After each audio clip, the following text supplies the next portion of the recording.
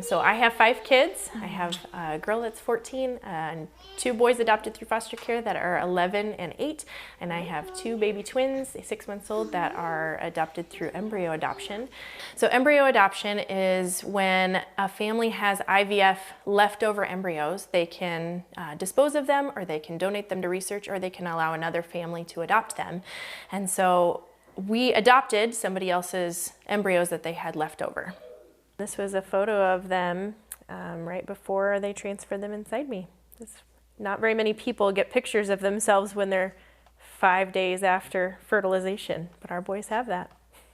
My parents raised us in a Christian home. We went to church, a couple times a week. I went to a Baptist church growing up and then a non-denominational church. We always have been pro-life. My parents raised us to believe that life begins at conception, and a baby in the womb is just as valuable as a baby outside the womb. And so I've believed that my whole life. And as we've gone down this road of infertility and adoption, that's really been impactful in the way that we've grown our family.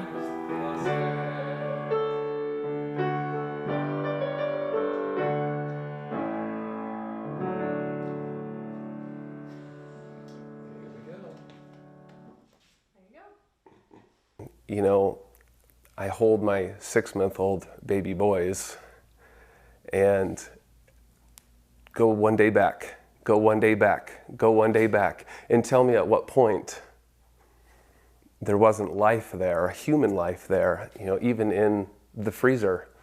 They weren't dead. So I look at that and I go, well, there's human life, even at a microscopic level.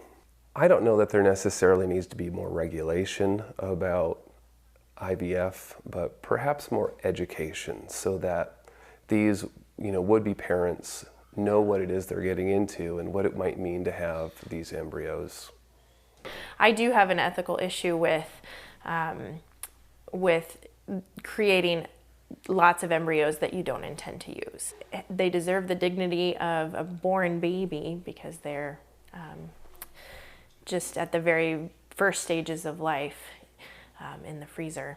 And so we found out about that problem and just figured that we have the resources and the ability to do something about saving a couple of them at least. All of my kids feel like they're mine. None of them feel any differently. They're all our children, regardless of how they came into our family.